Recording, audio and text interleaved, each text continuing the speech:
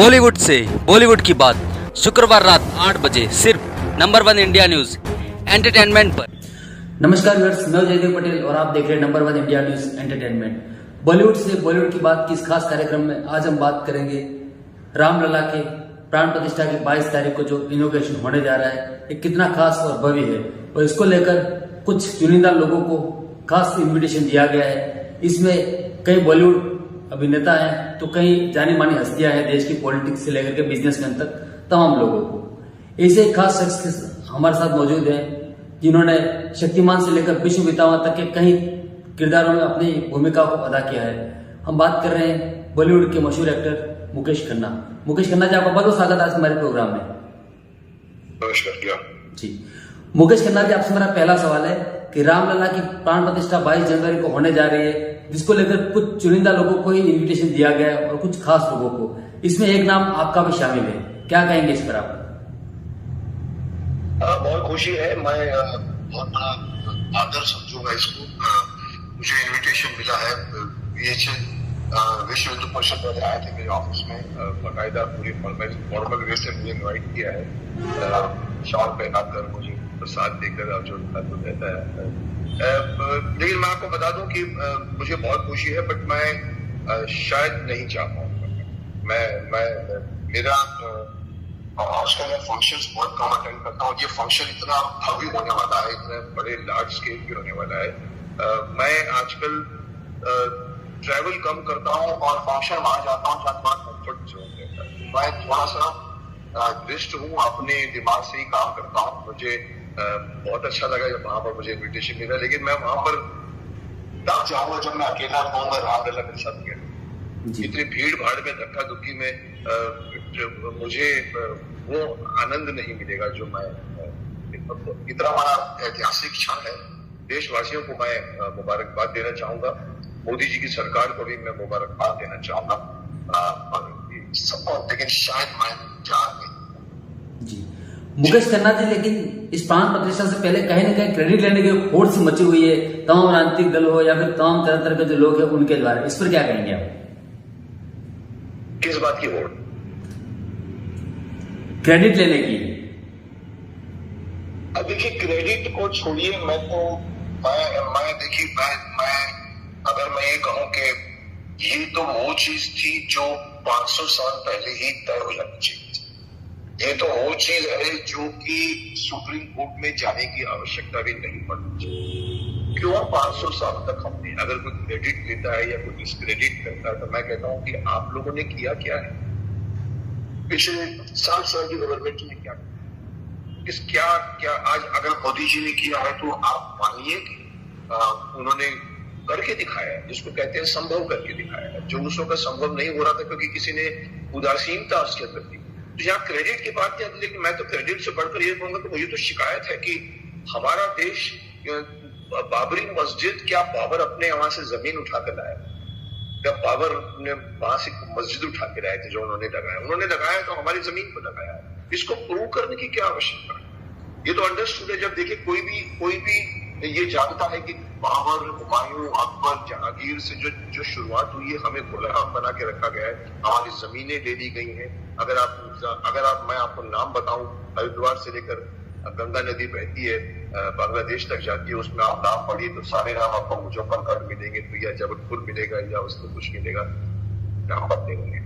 अब अगर हम आजाद हुए तो अपनी जमीन वापस मिलती है, उस जमीन के अंदर हम एक तो नाम बदलने की बात तो मैं बाद में करूंगा कि नाम भी सब बदले जाने चाहिए, लेकिन अगर मस्जिद है, वो मस्जिद जहां बनाई गई थी उसके नीचे कुछ न कुछ तो था।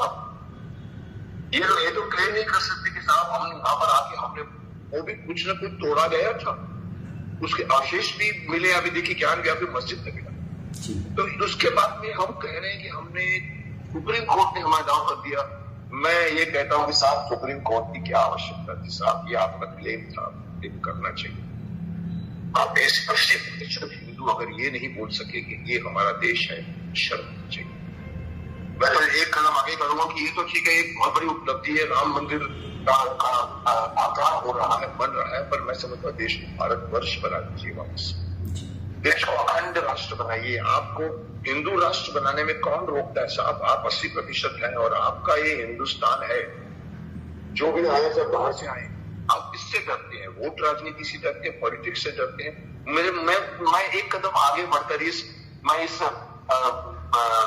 उपलब्धि की घड़ी को खराब नहीं करना चाहता।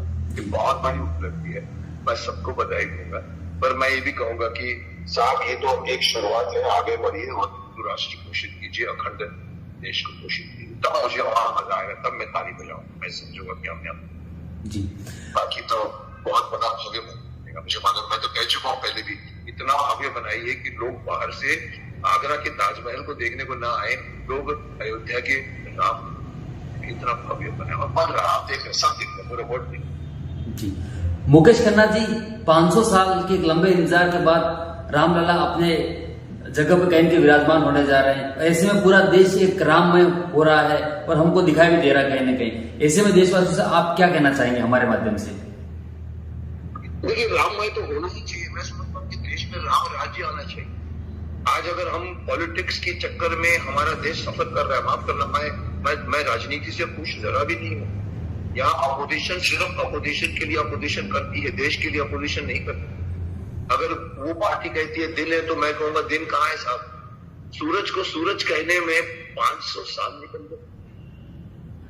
आप जो अगर आप राममय होना चाहिए राममय, तो मैं सोचता हूँ कि हमारे देश का हक है। जब राम राज्य होता था तो ताले नहीं लगते थे घर में, लोग बाहर ऐसे घूमते थे, ताले लगाए बगैर घूमते थे। वो राज्य कहाँ गया? और वो राज्य अगर मंदिर बनाने से शुरुआत होती है तो मैं उसका स्वागत करूंगा, और अपोजिशन पार्टी को भी करूंगा कि आप अपोजिशन को छोड़ के हाथ बटाइए, इस फंक्शन पे जाइए, अटेंड कीजिए। डोंट से कि मैं हमको न्योता नहीं आया, हमको अभी देखिए मेरे को न्योता आया, लेकिन मैं अपने मन से कहता हूँ कि मैं नहीं चाहूंगा। इसमें कोई अहंकार नहीं है, अहम नहीं है। आपका ये बहुत बड़ा एक पड़ाव आया है देश में। 500 साल की स्ट्रगल बोलो या सुप्रीम कोर्ट के थ्रू बोलो या इतने कुछ मारामारी करने के बाद में अगर मिली है, तो मैं समझता हूँ कि हिंदू होकर भी हमारे अपोजिशन पार्टी क्यों विरोध कर रहे हैं, क्यों पॉलिटिसाइज कर रहे हैं। वो कहते हैं कि ये जो पार्टी है वो इसको इस्तेमाल करके राजनीति को फायदा उठाना चाहती है। मैं नहीं चाहता, मैं ये कहूँगा कि बड़ी उपलब्धि हुई है। जब उपलब्धि होती है तो बधाई तो देनी पड़ेगी, आप उससे बच कर नहीं जा सकते जी। मुकेश मुकेश खन्ना जी, अगर मैं बॉलीवुड की बात करूं तो हम कहें कि राम मंदिर की बात कर रहे हैं, ज्ञानवापी जो परिसर में जो फैसला आना बाकी है सुप्रीम कोर्ट में, उसकी बात करते हैं। लेकिन बॉलीवुड में जिस तरीके से हिंदू देवी देवताओं को टारगेट करके जो मूवी बनाई जा रही है, इस पर क्या कहेंगे आप? क्योंकि आप स्वयं कहेंगे कि बॉलीवुड की फील्ड से आते हैं और आप देखो अपने अंदाज में बात भी कहते हैं हमेशा से। देखिए, मैं काफी कुछ कह चुका हूँ इसके ऊपर। मुझे हैरानी है कि फिल्में बनाने वाले भी हिंदू हैं। ऐसा नहीं है कि दूसरे संप्रदाय, दूसरे धर्म ने हमारा मजाक उड़ाया। साहब, आप हिंदू होकर अपने हिंदू देवी देवताओं का मजाक उड़ाते हैं। आप काली को सिगरेट पीता हुआ दिखाते हैं, आप लक्ष्मी बम बनाते हैं, आप शिव जी को मजाक करते हैं, पत्थरों को पीके में लेके जाते हैं। आप बनाते हैं एक फिल्म जिसका जो कहते हैं आप रामायण है, और पता लगा कि आधे पुरुष में वो चमड़े की चप्पल पहन रहे हैं, मूछ है उनकी, और हनुमान जी टपोरी डायलॉग बोल रहे हैं। ये क्यों है? कभी किसी ने सोचने की कोशिश की है कि ये, मुझे नहीं लगता है कि जो आदमी ने ये फिल्म बनाई है वो घर में हिंदू देवी देवताओं की पूजा नहीं करता। सब उनके घर में सब करते हैं, दादा दादी बाप, घर में शादी में भी गणपति का सब होता है, लेकिन यहाँ करते हैं तो उसके पीछे एक कमर्शियल इच्छा, एक कमर्शियल एंगल है कि आप हिंदू धर्म को ये दिखा दो तो यहाँ पर शोर शराबा होगा, लेकिन कुछ होने वाला नहीं। साहब, यही चीज के जीवन धर्म में करते बताइए, तलवारी चलनी शुरू की। उनको पता है कि हिंदू धर्म में बोलेंगे पढ़ेंगे, मुकेश खन्ना जैसे स्टूपिड आदमी आएगा तो करेगा, बोलेगा, बाद में संधि हो जाती है, पिक्चर को 500 करोड़ की पब्लिसिटी मिल जाती है, पिक्चर हिट हो जाती है। ये हमारे देश की आयरनी है, ये विडंबना है, जिसको मिलाना चाहिए। ऐसा कानून को बनना चाहिए कि किसी मर्द, किसी प्रोड्यूसर की ताकत न हो कि वो हमारे हिंदू देवी देवताओं का मजाक। ये जो कुछ भी जो विरोध भी सही है, समाज हिंदू ज्यादा है, और मैं कहता हूँ और चाहिए। You have to make yourself feel that you are 80%। आप 80% पे आप 80 पार्ट में डिवाइड हो गए। तो मुझे शिकायत है, बहुत कुछ शिकायत है कि हम अपने धर्म को धर्म के नाम से नहीं बोलते। हम लेते हैं तो लोग मतलब सांप्रदायिक, और कोई धर्म के नाम करता है तो कट्टरता करता है, उसको अलाउड है, हमको अलाउड। हम जैसे ही करते बोलते हैं साहब ये तो राजनीति है, ये तो वो है साहब। कहीं ना कहीं आपको शर्म आनी चाहिए कि आप अच्छी चीज को भी अच्छा चीज नहीं बोलते। मुझे नहीं पता कि ये सनातन धर्म का विरोध क्यों होता है, सनातन धर्म के खिलाफ क्यों जाते हैं, जबकि मैं तो यहाँ तक कहूँगा कि जितने भी हमारे यहाँ पर क्रिश्चियंस हैं या मुस्लिम्स हैं साउथ में या इधर, वो सब कन्वर्टेड जी। अगर उनकी आप कुंडली निकाली, आप जो हमारे हरिद्वार में होता है कि आपके दादा के दादा के दादा का नाम है, आपको मालूम पड़ेगा किसी का नाम गांधी है तो किसी का नाम कुछ मंसूर कर लीजिए। ठीक है, आप हमारे भाई हैं, हम हमारे साथ रह रहे हैं। आप सिर्फ इतना बोल दीजिए कि हाँ साहब हम पहले थे, हम नहीं साहब, हम आए, हम आप क्या बाबर की जगह से तो उनकी यहाँ पर नहीं है, हम यहाँ आए हैं, यहाँ के लोगों से मिले हैं, शादी किए, बच्चे पैदा किए, आप जैसे कि मैंने नाम मुझे मत छिड़िए, मैं इस बारे में बहुत कुछ बोल चुका हूँ और बोलना भी चाहूंगा। अभी तो ये मैं तो चाहता हूँ कि एक शुरुआत हुई है, राम मंदिर का एक साक्षात्कार हुआ है, राम मंदिर बना है, राम मंदिर बनने जा रहा है, लेकिन आगे बढ़ के आप इसको अखंड भारत बनाइए, आप हिंदू राष्ट्र बनिए जी। जी मुकेश खन्ना जी, अब आपसे मेरा एक रैपिड फायर राउंड है जिसमें आपसे सवाल करूंगा, 2 ऑप्शन दूंगा, आपको एक सेलेक्ट करना है या आप उसको पास ऑन भी कर सकते हैं। बॉलीवुड में भीष्म पितामह का रोल निभाना या शक्तिमान का रोल निभाना, कौन सा ज्यादा सुखद अनुभव? फिर से बोलिए, सेकंड अगेन रिपीट कीजिए, कुछ समझ नहीं आया जी। बॉलीवुड में भीष्म पितामह का रोल निभाना या शक्तिमान का रोल निभाना, कौन सा ज्यादा सुखद अनुभव देता है आपको? देखिए, भीष्म पितामह का रोल मुझे सुखद अनुभव देता है कि भीष्म पितामह ने मुझे अपना करियर बनाया। आज लोग बड़े बड़े उम्र के लोग भी मेरे से आशीर्वाद मांगते, वो एक शुभकामनाओं का रोल है। बाकी शक्तिमान समाज को परिवर्तन ला सकता है, इसलिए उसमें भी खुशी है जी। बॉलीवुड में विदाउट बैक सपोर्ट नए कलाकारों को कार्य का नहीं मिलना, बॉलीवुड में नेपोटिज्म या नए कलाकारों पर विश्वास नहीं कर पाना? देखिए, मैं 40 साल पुराना एक्टर, मैं खूनी आई के दर्द सर मैं भी गुजर चुका हूँ उस जमाने में जब ये होता था कि आपकी फिल्म अगर चलेगी तो आपको 10 लोगों में मिलेगी, आप अच्छे एक्टर हैं तो भी नहीं मिलेगी, लेकिन अगर आप बुरे एक्टर हैं तो भी अगर आपकी फिल्म चल जाती है आपको मिलेंगे।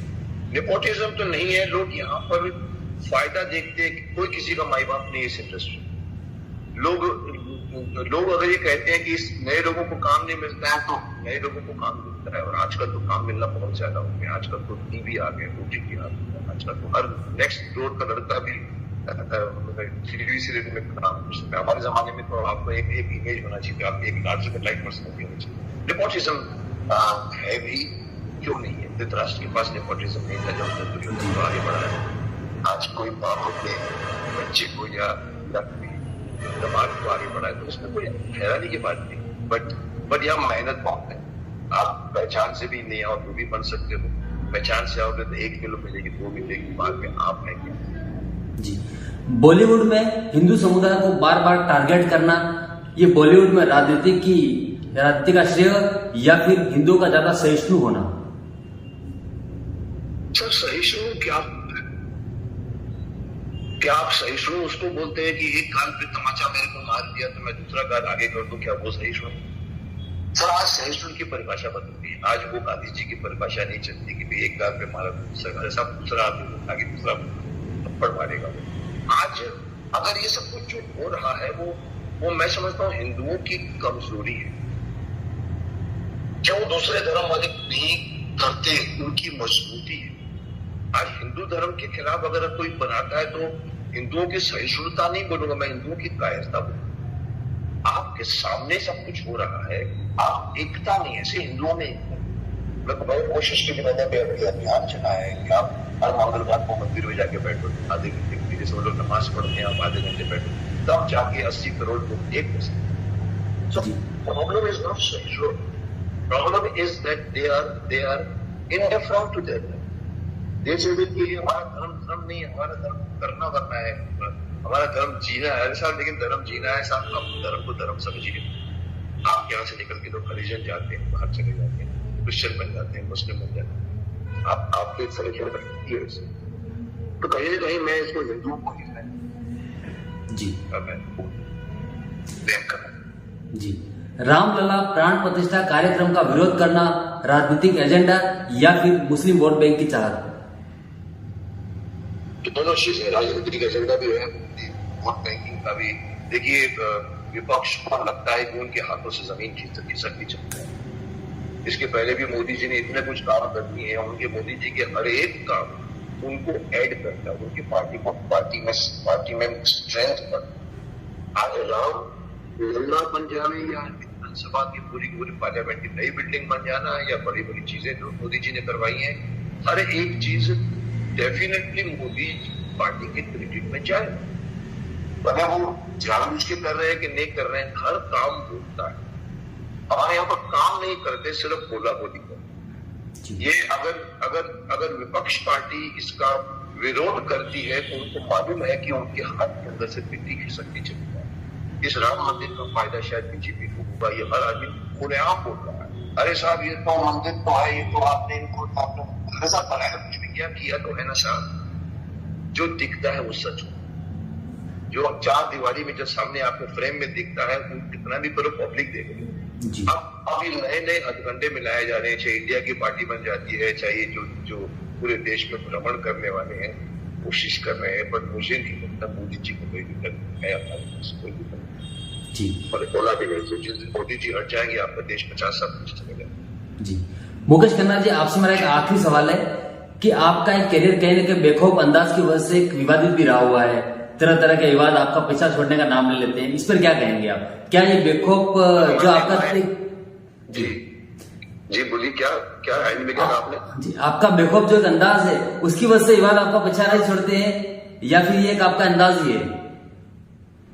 सर, मैं देखिए अपने दामों पे जीता हूँ।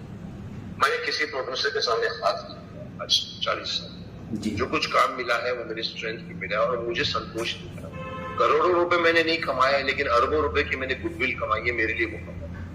उसमें मेरे बेखौफ अंदाज की वजह से कोई प्रोड्यूसर मेरे को काम नहीं देता है, मत देखो, मैंने मांगा नहीं है आपसे साहब। अगर मैं आपकी फिल्म में शूट करता हूँ, आप अगर मैं आपके रोल में शूट करता हूँ तो आप मुझे लीजिए और लेंगे, मेरी एक फिल्म चल जाएगी। ये सब लाइन लगा के हमारे यहाँ पर ये होता है, एक दिन फ्राइडे चलना चाहिए। तो मेरी बेखौफ अंदाज से कई लोग ने मुझे कहा, सर आप ऐसा बोलते हैं, सर सबके बारे में बोलते हैं, ड्रग्स के बारे में बोलते हैं, सर इंडस्ट्री के बारे में कोई नहीं बोलता है, सर आपका भी वही हाल होगा जो सुशांत जी का हुआ था। मैंने कहा हुआ है, मेरे को मैंने भीष्म पितामह और शक्तिमान 2 रोल में पाकर मेरा तो इससे बड़ी बात नहीं है, मेरे पास बहुत कुछ। मुझे कोई एम्बिशन नहीं है कि किसी को बोलूं मुझे काम दीजिए। मैं अगर कोई और काम नहीं देगा तो मैं खुद बनाऊंगा, मैं खुद प्रूव करूंगा। बिकॉज सब मुझे कहते हैं, सर मुकेश खन्ना जैसे आर्टिस्ट कहाँ है सर किधर है आप, क्यों नहीं आप OTT में आते? सो मैं देख रहा हूँ, बट मैं भी अच्छा ऑफर नहीं मिली। और मेरा ये अंदाज है, आप जो पूछ रहे हैं कि ये मेरा अंदाज है या मैं एक्टिंग करता हूँ, नहीं साहब मेरे अंदर से करता। कोई भी आदमी इतनी बड़ी एक्टिंग नहीं करेगा कि मोदी जी के खिलाफ हो जाएगा, जबकि मैं मोदी जी की पार्टी का आदमी हूँ। लेकिन मुझे जो चीज पसंद नहीं आती मैं बोल देता हूँ, साहब ये बनाइए ना साहब, आप बुलेट ट्रेन बना रहे हो, बिहारी लोगों के लिए 50 ट्रेन बनाओ ना, बेचारे कुचल के जाते हैं। कि मुझे नहीं बोलना चाहिए क्योंकि मैं कांग्रेस पार्टी हूँ, लेकिन मैंने बोला क्योंकि मैंने देखा है कि उनकी गाड़ियों में बेचारे रिजर्व टिकट देने के बावजूद दूसरे पड़े सब लोग। मेरे ऑफिस में इतने आदमी बिहारी काम करता, मुझे सिर्फ रिपोर्ट, मैं बोलता बुलेट ट्रेन बाद में बनाइए, आप बिहारियों के 50 सिंपल ट्रेन बना दीजिए, एक बाथरूम दे दीजिए और सोने की रिजर्व टिकट दे दीजिए। This is not something that I am acting, this is मेरा ये अंदर का रोष कि अभी भी देश में बहुत कुछ करना है। ग्राउंड लेवल पर अभी भी देश में मोदी जी की सरकार को बहुत कुछ करना। मैं शक्तिमान होता तो मैं 10 गुना जल्दी कर सकता, आपको हर आदमी को शक्तिमान करना पड़ता जी। So both things are there, public को भी सुधरना पड़ेगा। सो दोनों चीजें सब। तो ये बात नहीं है कि मैं उससे नाराज हूँ, ये साथ मैं हूँ, आप हैं, चलिए मिलते हैं, बात करते हैं, आपको चाहिए तो लीजिए। मजा तब आता है जब मेरी जरूरत आपको है, आपकी जरूरत मुझे है, काम करेंगे तब मजा। एहसान करके काम करेगा कोई मसला जी। आई एम वेटिंग कि जिसको मेरी जरूरत है, मैं कई बार कह चुका हूं मैं विलन नहीं, मैं तारी नहीं लेता। अभी मैंने ऐड कर दिया मैं रोमांटिक सीन नहीं। अब इसके बाद भी मुकेश खन्ना चाहिए आएगा वो आदमी, उसके साथ मुझे काम करना जी सो ये मेरी गलती भी हो सकती है, आप उसको स्टुपिडिटी भी कह सकते हैं, बट दिस इज मी, ये मैं। जी मुकेश खन्ना जी, आपने हमारे लिए समय निकाला और सारे जवाबों का कहीं ना कहीं बेखौफ तरीके से अपना जवाब देते हैं, मैसेज देते हैं, उसके लिए आपका बहुत बहुत धन्यवाद। Thank you.